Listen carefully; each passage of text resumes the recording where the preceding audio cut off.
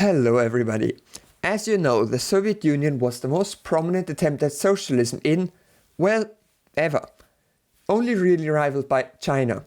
And I'm sure you are aware that 30 years ago it stopped existing.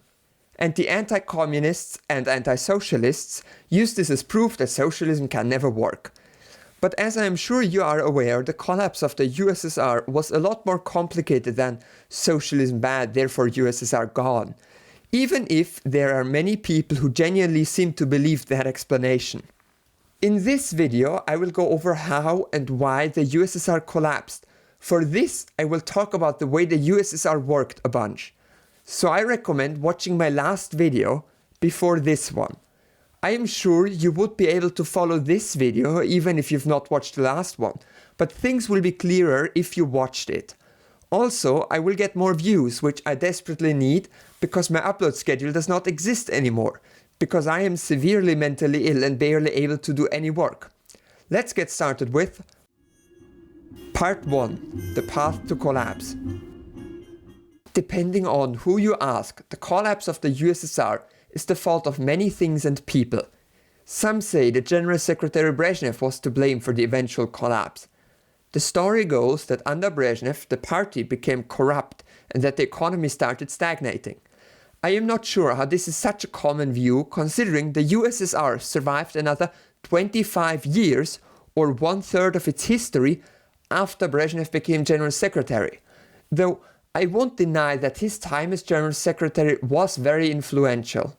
For the sake of being 100% thorough, I would have to explain the Soviet history from 1917 onwards if I really wanted to catch everything. But that video would be very long and very boring, so I decided to start in 1985. That's the year General Secretary Chernenko died and was replaced by Mikhail Gorbachev. At this time, the Soviet Union wasn't doing that great, especially economically speaking. Between 1980 and 1985, the Soviet GDP didn't grow, which apparently is a problem because Wikipedia said so, and everything must grow forever, at least if you are using a capitalist framework. The reasons for this economic stagnation are complex. In part, it was the growth of the computer age, which meant that the Soviet state had to invest huge amounts of money into the digitalization of many of its state-run enterprises if it didn't want to fall behind the capitalist states. On top of that, the Soviet economy had difficulty producing microprocessors. The Soviet economy was more oriented towards industrial machinery rather than precision computer parts. On top of that, the USSR was in a very costly war in Afghanistan at the time, so the military funding increased more and more as the party leadership wanted to get this war over with as quickly as possible. The Soviet economy also had a labor shortage for most of its history. This was due to two things. On the one hand, the Soviet economy could grow very quickly due to the efficient economic development that is made possible by a centrally planned economy. And on the other hand, the workers were given good workers' rights, which means that less labor was squeezed out of every worker. From a human perspective, that is good. From a profit-driven point of view, it is not. At the same time, the oil price went up because of supply and demand. So a bigger and bigger section of the economy of the USSR was the production of oil and other fossil fuels, which the USSR had plenty of. This of course means that the Soviet economy was in part relying on foreign capitalists and high oil prices determined by a market, not really a position socialists would want to be in. And all of these things came together to form 5 years of no GDP growth. You may not think that 5 years of no GDP growth are that bad, especially since in the US, for the past 50 years, the real wage growth rate has been practically zero. But to Gorbachev, much like to modern capitalist economists, this is literally the worst thing to ever happen in the history of humanity. So Gorbachev went about fixing this perceived problem using Part 2, Perestroika. This literally means restructuring. What was it restructuring? Oh, just the entire economic and political system of the second biggest economy in the world. as you do. If you remember, in the Soviet Union, enterprises were directed by Gosplan, who told them what and how to produce. The enterprises were almost always owned by the state, which meant that if the enterprise wasn't profitable, the Soviet state paid for wages and deficits.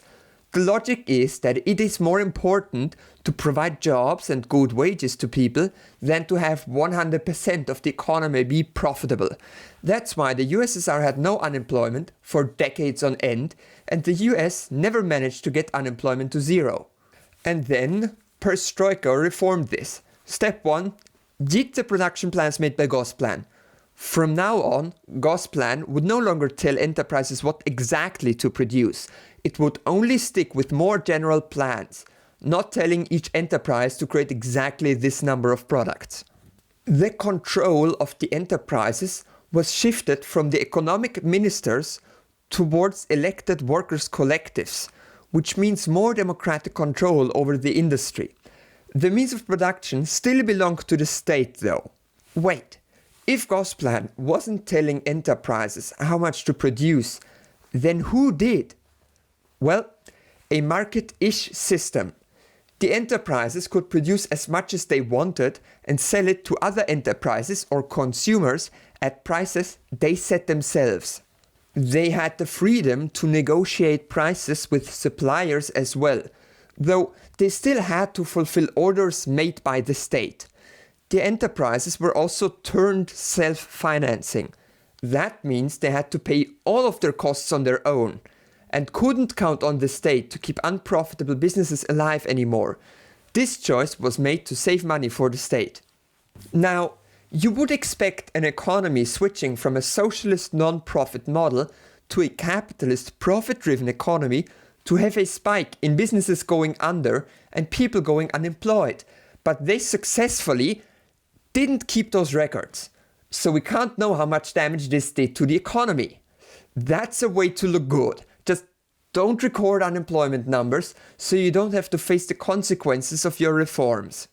Then Gorbachev decided to do something that is totally compatible with socialism by introducing private businesses for the first time since Lenin established the new economic policy in 1928. Businesses in the services, manufacturing and foreign trade sectors could now be privately owned and operated for profit. These businesses had high taxes and strict employment restrictions to make sure they didn't exploit workers and that their productivity would still benefit the state as a whole and not only capitalists who owned it. But then they decided that doing that would discourage private businesses, so they didn't impose high taxes or employment standards. At this point, I would like to point out that private ownership over businesses and their means of production is, by definition, capitalist. So Gorbachev turned a socialist economy, albeit a state socialist one, into a mix of a capitalist and a socialist one. Another significant change was reducing the power of the Ministry of Foreign Trade.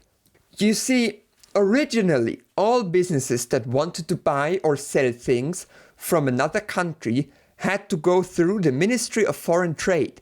This obviously made it harder for enterprises to export things because of bureaucracy. So Gorbachev allowed all ministries as well as some individual enterprises to do foreign trade without needing permission. This opened up the Soviet economy to be exploited by foreign capitalists, but also allowed access to Western consumer products. The most significant change in the economy were the new joint venture laws. These laws allowed foreign enterprises and individuals to invest into a business in the Soviet Union, provided they worked together with the Soviet enterprise or ministry. That's why it's a joint venture. It's a Soviet enterprise working with a foreign enterprise. Like all reforms of Gorbachev, this was initially well planned out, with foreign individuals and enterprises only being allowed to own up to 49% of the joint venture and requiring that the leadership was going to be Soviet citizens. This way, they could access the private capital, business experience and know-how of foreign capitalists without losing what made the USSR a socialist system. But they dropped all of those requirements after foreign investors asked them to. So no 49% rule and no Soviet leadership of the joint venture, just capitalists starting businesses in the USSR, doing all the typical exploitation they used to make money without any restrictions. And yes, those joint ventures were how Pizza Hut and Pepsi got access to the USSR.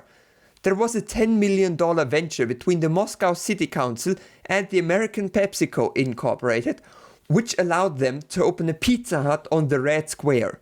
I refuse to acknowledge the commercial. Это Gorbachev. Ventures like this were started by capitalist corporations that wanted to tap into the huge market in the USSR. There were millions of potential customers on the other side of that border. So, how well did Perestroika do? Not very, as you can see on this graph. So, all these reforms brought the downsides of allowing capital to control part of the economy, but without the economic growth that was promised. Though, to be fair, this graph isn't very good. If you look at this one, the USSR was always far behind the USA and most of the world for that matter. And that's because of the faulty conversion rates between these countries' currencies. The US dollar did not recognize the ruble, so this comparison is worthless. You would have to look at the average purchasing power to compare these countries. A way better standard would be some sort of paper that reassesses the standards of living in the USSR. Oh, look at that. Here is one. According to this, the USSR had a higher GDP growth and a higher household consumption rate than the USA at every point. Almost as if total GDP per capita isn't a good metric about people's well-being. And yes, I tried to find out how the living standards were improved or reduced due to Gorbachev changing the entire economy, but of course there are no records of Soviet living standards between 1980 and 2000. But hey, a lack of economic growth doesn't make your country collapse. So what happened to the USSR? Well, Gorbachev wasn't only doing Perestroika, he was also doing Part 3, Glasnost. Glasnost was a vague idea of reforming the Soviet state. It wasn't really one policy, and many laws were a part of it. According to Gorbachev, there was major corruption in the party, which, he was the party leader, so I figure he would have known. The Soviet state was, of course, not as democratic as Western nations. As I explained last time, this was the legacy of Leninist thought, which may have been correct that democracy in the 20s may not have worked, but which was becoming a problem for the Soviet Union towards the end of the 20th century. Gorbachev's first move was to change up a few members of the Presidium of the Supreme Soviet of the Union of Soviet Socialist Republics, which from now on I will call the Politburo. He removed senior members who were Brezhnev era and anti-reform, in favor of members who were more reform-minded like him. He also made speeches talking about being more liberal and more open to free speech. He didn't actually change any laws at this time, which makes it harder to explain what exactly was going on. A lot of Glasnost was just Gorbachev saying that things which used to be not okay are okay now. Outside of the USSR, a lot of stuff was going down. Many of the Eastern Bloc countries sought to liberalize and get closer to the West. The reasons for this are super complicated, and the collapse of the Eastern Bloc and its consequences are worth another video on their own. All we need to know for now is that in the past the USSR used to use the Red Army to fight reforms it saw as anti-socialist. Most notably during the Prague Spring, which saw the capital of Czechoslovakia being invaded by Soviet tanks. Fun fact, this is why hardline Marxist-Leninists are called tankies, because Brezhnev sent in the tanks.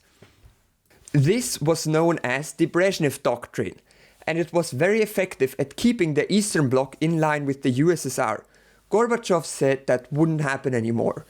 The Brezhnev Doctrine was never an official law, so Gorbachev just kinda declared it over. Following this, Eastern Bloc nations went their own way in what is called the revolutions of 1989. Again, topic for another time. As you remember, the USSR was made up of different republics, and these republics saw the Eastern Bloc gaining new rights, and they soon demanded liberalization within the USSR itself. At the same time, nationalist and populist movements organized against the idea of a multinational state, like the USSR. As I explained last time, in the USSR, the people elected representatives via secret ballot. I also mentioned that everyone who stood for election had to be a party member. What I forgot to mention was that in every constituency, the Communist Party only approved of one candidate, which kind of limits democratic freedom. So, in 1987, Gorbachev was like, hey, can we have democracy with multiple candidates from the Communist Party? And the Communist Party was like, no. Gorbachev expanded Glasnost in the same year by saying publicly that no subject was off limits for discussion in the media. The logic was that if the people saw what the party did, then the party would be more accountable and less openly corrupt. At this point, we need to acknowledge that local politicians exist. One of them was Boris Yeltsin. At this time, he was the head of the Moscow Gorkom, which basically means he was the mayor of Moscow as well as a high member in the Communist Party. In 1987, he offered to resign in protest. His resignation letter included a bunch of changes he wanted Gorbachev to make. Everyone was shocked at this because nobody had ever declined a Politburo position before. Then a lot of stuff happened.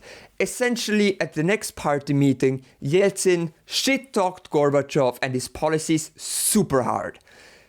Then declared himself Gorbachev's enemy and so on. Nobody had ever so openly opposed a Soviet leader since 1920. He was then removed from his position. But this whole act leaked to the media, which cemented his status as a political outsider and anti-establishment guy. This will be important later. Meanwhile, in the entire Soviet Union, many movements are springing up, some demanding policy changes, some concerned for specific local and environmental issues, and some demanding that their Soviet Socialist Republic become independent. These protests were, depending on the local and state governments, either tolerated or put down. Because of the near openness of the press, many people were talking about many things, and many local politicians saw ways to get more power using the very toxic ideology of nationalism. They proclaimed that different nations working together in peace didn't work, and that they wanted their republics to go their own way, coincidentally benefiting them individually. So nationalism was growing in many areas. This was not helped by the new free press, which discovered that us versus them narratives make lots of money. And it was not Soviet Union against America, it was Russians against Ukrainians and stuff like that. The very first republic to see large-scale anti-communist movements was Latvia. The local groups were seen chanting, "Soviet Russia out, free Latvia." There you can see the us versus them narrative. It's not, we wish more fair representation in the state we inhabit together so we may prosper. It is, go away foreigners. Nationalism was the poison that destabilized the Soviet Union. The USSR was, in the end, dependent on the republic's will to cooperate with each other, which nationalism made impossible. Politicians were not trying to find the best deals for the entire union anymore. They were trying to look as strong as possible in front of their republic. In the Baltics, the nationalism was stronger than in most regions. This has historic reasons. Many people from there who lived at the time say that their membership in the USSR felt more like a Russian occupation, which would explain the anti-Russian sentiment. Unfortunately, this is based on a handful of people, so we can't know how widespread the anti-Russian sentiment was. It's not like the USSR did a study on how many people in Latvia hated the USSR, so we can't really know. At the same time, the Caucasus was basically setting itself on fire. And by fire, I mean a multi-ethnic civil war. In Belarus, a historian found mass graves dating to around the World War, which were linked to the KGB. In the Baltics, the nations found a copy of the Molotov-Ribbentrop Pact, the deal which split Poland between the USSR and the fascists. And it included a secret clause which stated that Germany would not interfere with Soviet business in the Baltics. This was used as a way to show that the Lithuanian, Latvian and Estonian Soviet republics were illegally annexed in 1940. All around, the USSR nationalism was taking hold and growing in power. It was only a question of time until one republic would try the impossible and secede from the Soviet Union. Part 4. The Declarations of Independence. The start came out of the Baltics. The Communist Party in Lithuania cut ties with the Communist Party of the Soviet Union, effectively declaring their government sovereign of Soviet influence. In the next year, 1990, the central government followed Gorbachev's recommendation of giving up its monopoly on political power. This means all republics now had the option for non-Soviet parties in parliament. 6 republics elected a non-communist government: Lithuania, Moldavia, Estonia, Latvia, Armenia and Georgia. They have not officially left the Union, but they started a so-called war of laws, which refers to laws which conflicted between the local republic and the Soviet government, leading to confusion about which laws are more important, the ones of the Union or the ones of the republic. They also refused to pay taxes, and Lithuania exempted its men from the mandatory Soviet military service. Whether the republics had this power or not was not really agreed upon, so it was all kind of up in the air. But this was manageable, right? Worst case, these 6 republics go their own way and leave the Union. No reason for the USSR to collapse. Well, this is where Yeltsin comes back into our story. Remember how he was a populist and seen as anti-establishment? Well, when the Russian Soviet Federative Socialist Republic was electing representatives, they elected Yeltsin, among others. This would be the start of a power struggle between Yeltsin and Gorbachev, which would last longer than the Soviet Union. Yeltsin then resigned from the Communist Party in a dramatic speech and had the local Russian government adopt a declaration of sovereignty. This does not mean they declared Russia an independent nation. It just means they manifested the fact that they had sovereignty independent of the Soviet government. It's basically an empty gesture for those who wanted independence.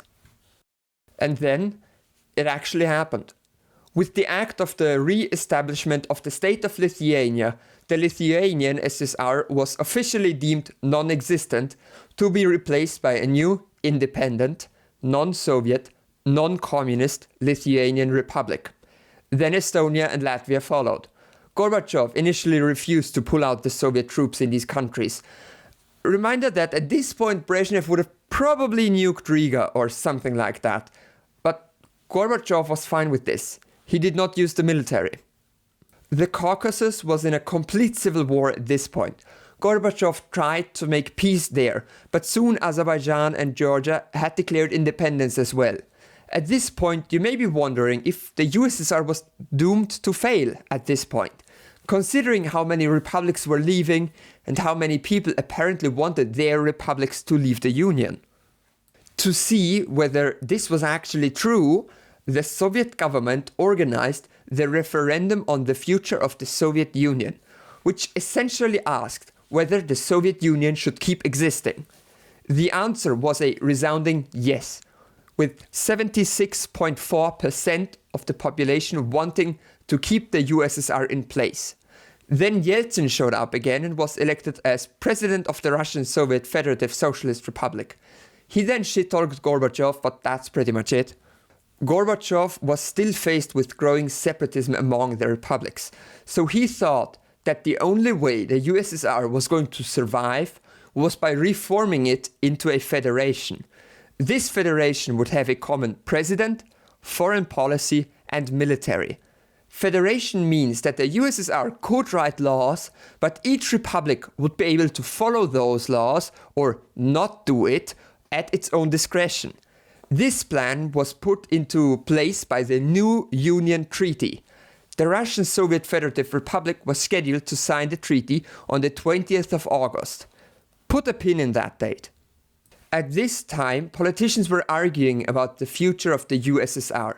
Yeltsin was talking about opposing the centrally planned economy, but he didn't yet say that he favored a market system. But at the same time, more radical people were pushing for a full change of the Soviet economy to a market capitalist system. Some of them were even willing to let the whole Union fall apart to reach this goal, while others wanted the entire Soviet Union to stay together, even under a capitalist economy. At this point, we need to acknowledge that the party hardliners, which Gorbachev had kicked out of the party leadership, still existed. Most notably in the leadership of the Red Army. Many officials, especially ones who remembered the Brezhnev Doctrine, didn't appreciate Gorbachev's reforms. After all, he had reformed the economy to be partially free market. He had allowed foreign capitalists to set up shop in the Soviet Union, exploiting the workers there, and he had increased pressure on the enterprises in the economy, and he generally acted way too much like a capitalist, at least when seen through a hardline Leninist view. On top of that, he had split the Communist Party, allowed regional parties to break off and oppose the Central Party. He had allowed non-socialist and non-communist parties to be voted for, and he had lost political control over multiple of the socialist republics, and 5 republics literally left the Soviet Union, and he did nothing. Now, he was about to turn the Soviet government from one of the most powerful central governments in the world to a sort of Soviet EU without any actual power. From the general's point of view, Gorbachev was destroying the greatest socialist nation on earth, and this is when they decided to do something about it. Part 5. The Red Army coup. On August 19th, one day before the USSR was to be turned into a federation, a group of politicians, among them the Vice President, the Minister of Defense, as well as the KGB chief, formed a General Committee on the State Emergency. They put Gorbachev under house arrest and cut his communications with anyone. They issued an emergency decree which suspended political activity and banned most newspapers. This was an attempt to reduce the damage the independent profit-driven newspapers had done via anti-communist and nationalist propaganda. The Red Army dispatched special forces to Moscow, more specifically the White House, the residency of Yeltsin, the Russian president. They wanted to arrest him, since he was the face of the growing Russian separatist and anti-communist movements. But the special forces neglected to think about the people of Moscow. The people wanted to defend Yeltsin, and thousands showed up to barricade the White House and to block the streets. CNN was broadcasting the entire thing, pretty much live, and the coup committee had neglected to jam foreign radio transmissions. So the entire population of the USSR, including Gorbachev in house arrest, were able to follow everything that happened. The special forces then refused to storm the barricaded White House, and the coup collapsed within 3 days. Gorbachev was back in power and the coup leaders were arrested. This coup was the beginning of the end of the USSR. Gorbachev dissolved the Communist Party of the Soviet Union, which was the last unified political entity on the territory of the USSR. Ukraine then declared independence from the USSR because it feared another coup, along with 9 other republics. Gorbachev established a state council of the Soviet Union, which was intended to facilitate communication between the Soviet republics, but they didn't show up. Yeltsin banned all Communist Party activities in Russia. The Socialist Republics of Russia, Ukraine and Belarus signed the Beloveza Accords, which stated that the USSR stopped to exist and declared a Commonwealth of Independent States to replace it. Gorbachev called this an unconstitutional coup. There were still republics which were part of the USSR, so you could kind of say that even though Russia, Ukraine and Belarus left the Union, or declined its existence, the other states were still part of it. at least until the Alma-Ata Protocol, in which representatives from 11 out of the 12 remaining Soviet republics declared that the USSR in fact ceased to exist. Gorbachev still considered those to be unconstitutional rebellions, but he decided to bow to the inevitable. On the 25th of December 1991, Gorbachev resigned as president of the USSR on live television. He declared the office extinct and thereby acknowledged that the USSR, as a subject of international law and geopolitical reality, ceased its existence. He handed over all powers of the office, among them the control over the Soviet nuclear arsenal, to Yeltsin. For all international treaties, Russia was the successor of the Soviet Union, meaning that international treaties created by the USSR were to be upheld by Russia. All former Soviet republics had to hand over their nuclear weapons to Russia, and the Supreme Soviet of the Russian Soviet Federative Socialist Republic adopted a statute to change Russia's legal name to the Russian Federation. The same day, the state anthem of the USSR was played, for the last time as the red banner was lowered over the Kremlin, to be replaced by the Russian tricolor. 69 years of Soviet history came to an end. After this, the introduction of capitalism would turn the former Soviet states from a superpower to minor local powers. The standards of living fell so quickly that the resulting loss of life could be equated to genocide. But that's not the point of this video. The aftermath of the collapse is worth its own video. Now to the question many writers asked. Part 6. Was the collapse the fault of socialism? It's the question all rightists seem to think they know the answer to. So, was it? Was the reason the USSR failed because socialism is doomed to fail? Well, by definition, socialism is community control over the means of production. That means factories, machines, farmland, and so on. Among leftists, it's controversial whether the USSR was even socialist because the state owned the means of production, which isn't exactly the same as the people directly controlling them. For the sake of this argument, I will assume that the USSR was perfectly socialist, even if state socialist. Was this the cause of its collapse? Well, if we look at it, we could say that maybe the socialized economy was the cause of the stagnation in the 80s, and if you look at it really reductionist, you can blame the collapse on the stagnation in the 80s. There are two main problems with this. First of all, there is nothing to show that socialism is to blame for that stagnation. It would seem that the centrally planned system and its inflexibility is more responsible for that. Oh yeah, I'm gonna have to explain that. Socialism doesn't always mean centrally planned. It just means that the people own and control the factories. Just like how capitalism doesn't always mean free market. Capitalism just means one person can own the means of production. You could have centrally planned capitalism if you're weird. So when I say that the centrally planned economy is to blame, then you have to understand that that's not an argument against socialism. After all, there is market socialism, or decentrally planned socialism, or AI planned socialism, and so on. So if this stagnation was the fault of the centrally planned economy, then socialism is still not to blame. And before someone comes along and says that the economy stagnated because work was not rewarded, that's BS. Every hour of overtime got the workers overtime pay. And no, the people were not all paid the same. I don't know where these myths keep coming from.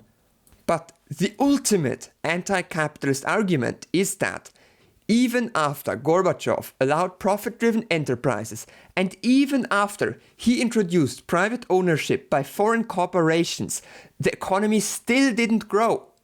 It's almost as if the reasons for the economic stagnation are more complicated than socialism bad, considering that capitalism couldn't fix it either.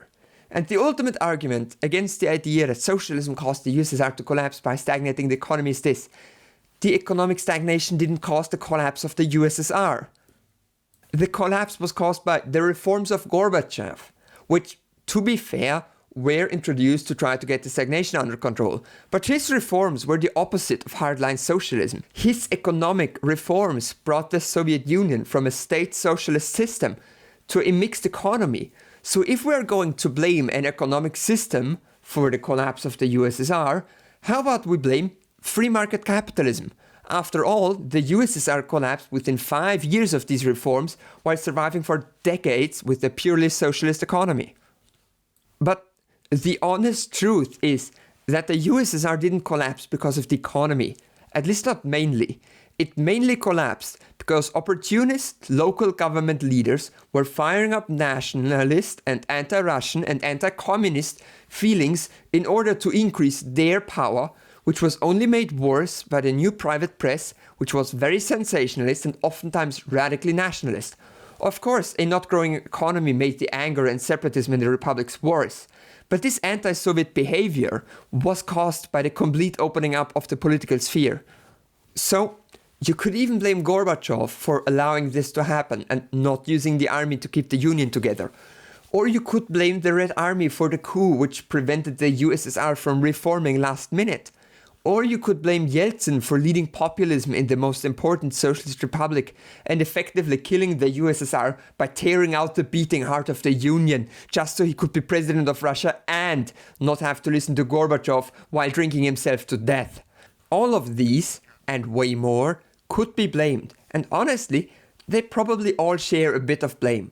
Personally, I think Yeltsin was the worst individual in the story because he consistently acted against the common good of the Soviet republics in favor of increasing his power base in the Russian SFSR. The only time he cooperated with other republics was with Ukraine and Belarus, and he only did that to completely dissolve the USSR because he didn't want to listen to Gorbachev anymore. But then again, I don't believe that history is shaped by individuals like Yeltsin. I think history is driven by many people making many small choices, influenced by their positions and experiences, which add up to major developments, like the collapse of the USSR. There is no easy explanation for why the USSR fell, because ultimately, the world isn't simple, and it's definitely not as simple as socialism bad. But there are those who will try to tell you simplified stories for their own reasons. Part 7. Myths. In countries which didn't used to be part of the USSR, there are many myths and legends around how and why the USSR collapsed. This is in large part due to the fact that many outside Russia had no idea about the political systems or political personalities beyond Gorbachev. To be fair, you can't expect everyone in the world to know every politician in every country. But this lack of understanding of what happened is what allowed people with an agenda to spread lies about how and why the USSR ceased to exist. The funniest one is the theory that Ronald Reagan caused the USSR to collapse by making them waste their money. So, Reagan started the Strategic Defense Initiative, also known as the Star Wars program, which was going to be a defense plan in low Earth orbit against Soviet missiles. The story goes that this innovation of Reagan forced the USSR to waste more money on the military, so they eventually ran out of money and collapsed. There are so many things wrong with this. First of all, the Soviets didn't start a program to counter the Star Wars program, so they didn't waste their money on that. Yes, true, around this time Soviet defense spending was going up, but that's more likely due to the war in Afghanistan, you know? Also, Reagan wasn't even president when the USSR fell. Like, anyone who says that Reagan had anything to do with it is lying. The idea that the USSR ran out of money is an armchair opinion. It is very common, especially among online rightists who typically have no too little idea of what the hell they're even talking about. So they say things like, in socialism governments just print more money and then they have no money so they collapse. Which, of course, in no way fits any of the historic facts we discussed earlier. The only reform that was made to save money was turning the businesses self-financing. All of the other reforms and mistakes Gorbachev made were not influenced by the USSR lacking money.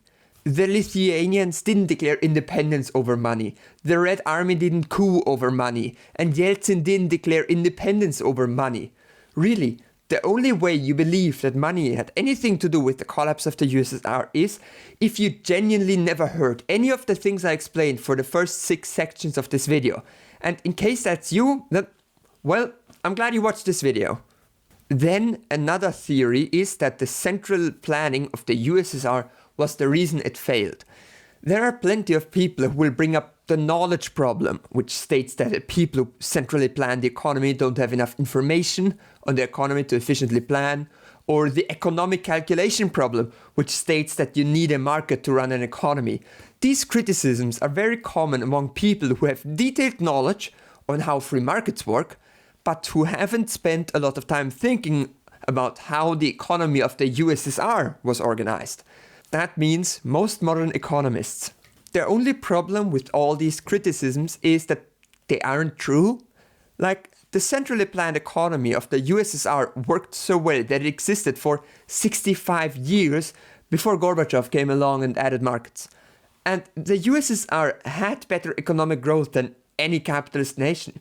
Between 1922 and 1948, the USSR turned from a rural backwater that was ravaged by a world war and a civil war into a superpower that made all capitalist nations tremble. That's 24 years. For comparison, it took the USA 169 years to get from its independence war and establishment of capitalism to a superpower after World War II. The fact is that centrally planned economies have a way higher potential for economic growth than unorganized capitalist economies do. No matter what problems mainstream economists make up, the facts show that the centrally planned economy is oftentimes superior to a market one. And I know, someone is gonna say, then why did the economy stagnate? And I would just reply, if the stagnation in the 80s proves that centrally planned economies don't work, then the collapse of the South Sea Company proves that capitalism and banking don't work. What I am saying is that one economic stagnation or crisis does not nullify all the times the economic system worked. The next and last myth is the idea that the Soviet people wanted it to collapse. As I explained before, there was a vote on whether or not to keep the Union just a few weeks before the Union was dissolved, and over 3/4 of the population wanted to keep the Union. Whether they wanted to keep socialism or switch to some form of market system and maybe even capitalism is harder to know. But the dissolution of the USSR was done against the will of the people. It happened because it was in the interest of small circles of individuals in power. The only republics that left because the population wanted them to were the Baltic ones, Moldavia and the Caucasian ones. Those were the ones which elected governments of non-communist parties. All other republics had populations that were widely in favor of keeping the Union of Soviet Socialist Republics. Unfortunately, the governments only made decisions that benefited small groups of people rather than listening to the will of the population. So basically, they got a sneak peek of what their future under capitalism was gonna be like.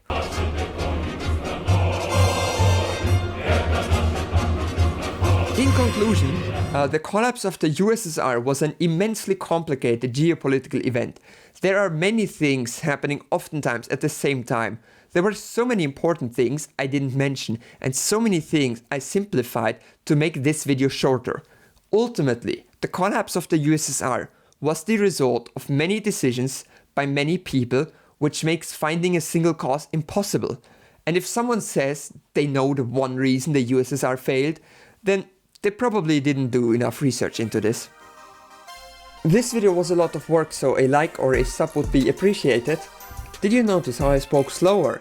This was because my voice trainer told me to do that, so it would make this video more watchable. Also, the same voice trainer costs €110 for 45 minutes, and I am there weekly. What I am saying is, please give me money on Patreon. My antidepressant and HRT and sleeping medication and therapy and voice training and my psychiatrist and the anorexic people food my doctor prescribed me so I won't die are expensive. So, you know, I could use a bit of a support, you know, only if you want to. I mean, there are Patreon perks, obviously, like if you donate $5, even just once, you can join the Discord, which is nice. And if you pay 10, then I will read out your name at the end, a bit like this. Special thanks to Alki, Comrade Asshole, Darius the Bird, Eric Betts, Mushabe Razif, Noah, Bryn Flores, Daniel Hyman, Herdington Gerdington, L. Brown, Morally Conflicted Tortoise, Nora Quinn, C. Murphy, Stairmaster Chef, Glasnost and Trey for their generous donations. Bye bye everybody, this is the end of the end card.